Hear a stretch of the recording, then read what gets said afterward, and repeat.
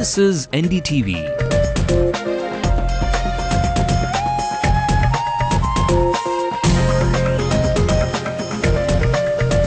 And you're watching NDTV Hindu.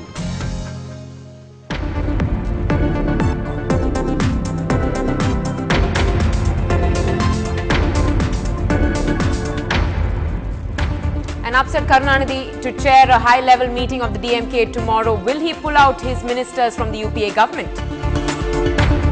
Assembly passes a resolution to include the Revenue Department as a party in the Kathacheevi retrieval case. கச்சத்தீவை மீட்க வேண்டும். தமிழக மீனவர்களின் நலன் காக்கப்பட வேண்டும். Indian fishermen should be allowed to fish around Kathacheevi, Jayalalitha tells the National Security Advisor Shiv Shankar Menon. The common school syllabus was based on recommendations by experts, the petitioner tells the Madras High Court. It's what Jayalalitha once promised at a public rally. Now a left leader too wants the Dinakaran attack case in Madurai reopened. Hold the trial and bring to trial the culprits.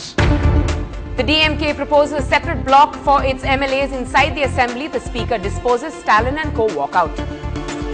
எனவே இதை தவிர்க்கின்ற வகையில் நீங்கள் இடங்கு ஒதுக்கி தருகிற வரையில் நாங்கள் அவைகளை கலந்து கொள்ள மாட்டோம். After investigating a complaint of misappropriation of funds against Lalit Modi, the Chennai police say there is no evidence to nail Modi. And more traffic decongestion measures, two-way traffic back on TTK Road and CP Ramasamy Road. இப்போ எங்களுக்கு கொஞ்சம் ஈஸியா இருக்கு. First ரொம்ப கஷ்டம் சுத்திக்கிட்டு போகணும். For all you movie buffs, a sneak peek at all the film releases for tomorrow. Guess what? X-Men is also on the cards. And many shades of memories of MF Hussain. I don't want to mourn his passing. I would rather celebrate his life. Good evening and welcome to the Late Night News. I'm Natasha Duraiswamy. Well, those were the top stories from the state, but let's now take a look at the national headlines. MF Hussain dies in London. The Prime Minister says it's a national loss. The President says a void has been created in the creative world. In exile since 2006 over controversial paintings, Hussain took citizenship of Qatar last year but always said he wanted to return home. Under criticism for accounted income, Ramdev hits out at the government. Doctors say he must break his fast.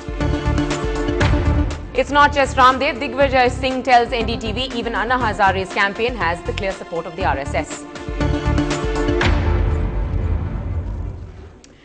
Well, our top story tonight, will Friday determine DMK's relationship with the UPA government? Remember, it was on a Friday that the election results came out, especially against the backdrop of Kanimuri's bail plea rejection.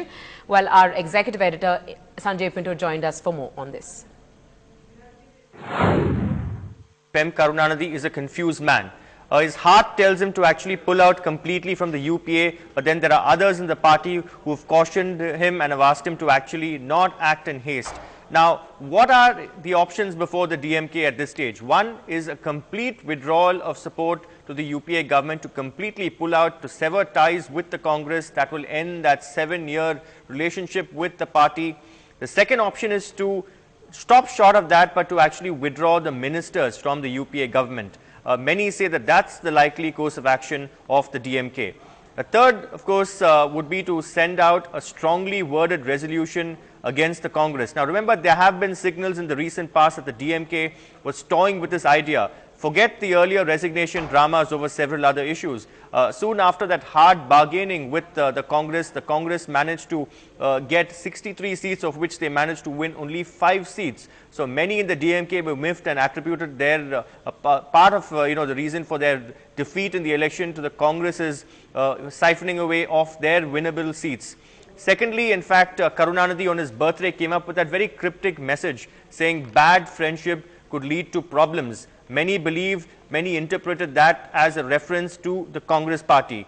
And thirdly, just recently at that Thanksgiving public meeting in Tiruvarur, Mr. Karunanidhi in fact made no bones about his displeasure with the Congress, attacking the centre over Kanimuri's plight. He said that the centre was responsible for Kanimuri's plight. And also right after the rejection of a bail plea by the Delhi High Court, the DMK chief was is said to be extremely upset about this and is on the verge of actually snapping ties with the Congress. But what exactly his other party colleagues will tell him is a big question right now. Now, what are the pros and cons of this? Many say that at a time when Dayanidhi Maran, the party's face at the center in many ways, was one of the leaders who had actually prevailed upon Karunanidhi not to snap ties. But now with Dayanidhi Maran himself in the line of fire, many say that if the DMK were to pull out its ministers and Dayanidhi Maran also would come out of the union cabinet, then that would be a sort of a face-saving formula for him, that later on they can only cite political reasons for his exit from the cabinet, and it wouldn't be really a defensive tactic.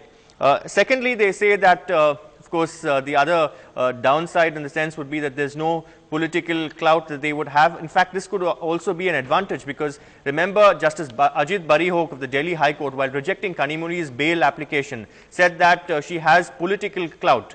Now, we all know that the DMK has lost the election. They are not even an opposition, main opposition in the state assembly. So if they were to withdraw their support to the UPA, then even that would evaporate. There would be no political clout, and that could actually help Kanimuni in her quest to get bail in the Supreme Court. Now, there are others who argue that if they were to do this, they would be walking right into the hands of, playing into the hands of Jayalalitha, because she will easily replace them in the UPA. Of course, she's got 9 MPs, the DMK have 18 MPs. Also remember that Shiv Shankar Menon's meeting, of course, officially it was all about the Sri Lankan issue. It came just after the Tamil Nadu Assembly passed that resolution for economic sanctions against Sri Lanka for the war crimes. But many believe that this subject of a possible tie-up with the AIADMK could have well been broached in that meeting. Extremely crucial decision for Karunanidhi. Will he actually go all the way and actually snap ties with the Congress, ending that 7-year alliance? That's going to be the big question at the crucial meeting. Sanjay Pinto there summing up for all of us, of course, about that big DMK high-level meet that is scheduled for tomorrow. Well, moving on now, a unanimous resolution was passed in the Tamil Nadu Assembly to implead the State Revenue Department in the Kachativu retrieval case filed by the Chief Minister Jayalalitha in the Supreme Court.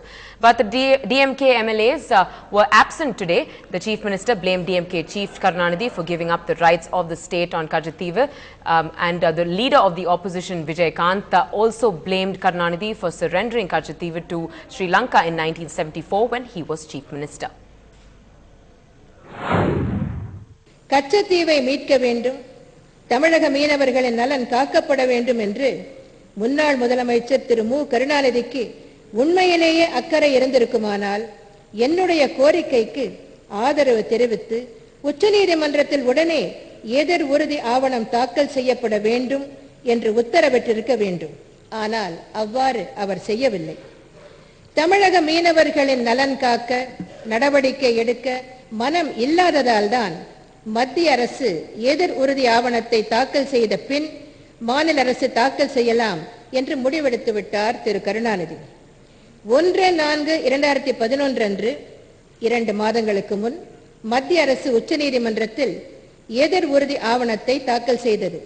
அதில் 1974 மற்றும் 1976 ஆண்டுகளில் போடப்பட்ட ஒப்பந்தங்களுக்கு நாடாளுமன்றத்தின் ஒப்புதல் பெறப்பட வேண்டியதில்லை என்றும் என்னுடைய ரிட் மனு தள்ளுபடி செய்யப்பட வேண்டும் என்றும் குறிப்பிட்டுள்ளது. கடலோர பகுதிகளில் வாழும் மீனவர்களின் வாழ்வாதாரமாக விளங்கும் கச்சத்தீவினை 1974 மற்றும் 1976 ஆண்டுகளில் போடப்பட்ட இந்திய இலங்கை ஒப்பந்தங்களின் மூலம் இலங்கைக்கு தாரை வார்த்ததை சட்டவிரோதமானது என அறிவிக்க கோரி உச்சநீதிமன்றத்தில் அனைத்திந்திய அண்ணா திராவிட முன்னேற்ற கழகத்தின் பொதுச் செயலாளர் என்ற முறையில் என்னால் தொடுக்கப்பட்ட வழக்கிற்கு மேலும் வலு சேர்க்கும் வகையில் பின்வரும் தீர்மானத்தினை இன்று இப்பேரவையில் நான் முன்மொழிய விழைகிறேன்.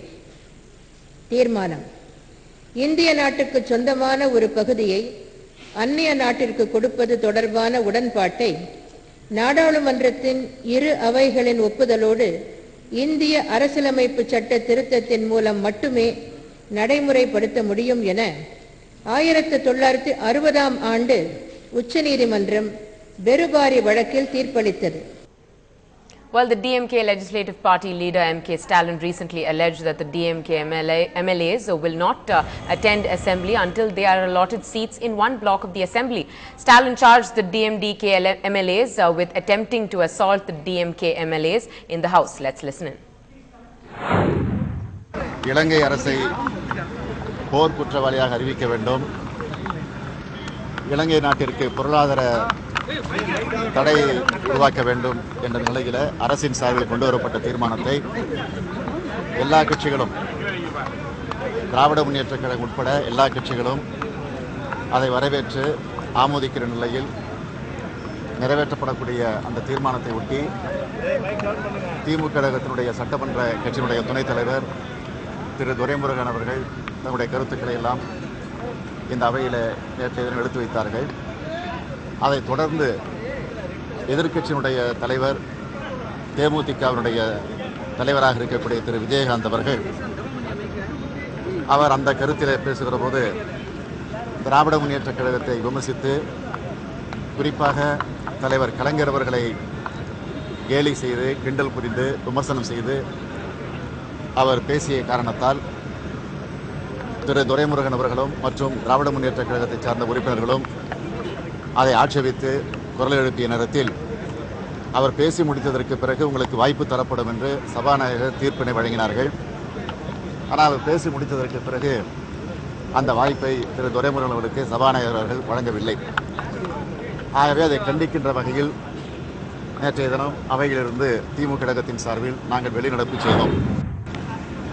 இந்த பிரச்சனை சட்டமன்றத்தில் எழுப்பப்பட்ட போது தேமுதிகவை சார்ந்தவர்கள் பேசிக் கொண்டிருக்கக்கூடிய துரைமுருகன் அவர்களை கிண்டல் புரிந்து, கேலி செய்து, கூச்சல் போட்டு அவரை பேச விடாமல் தடுக்கின்ற முயற்சியிலும் ஈடுபட்டார்கள்.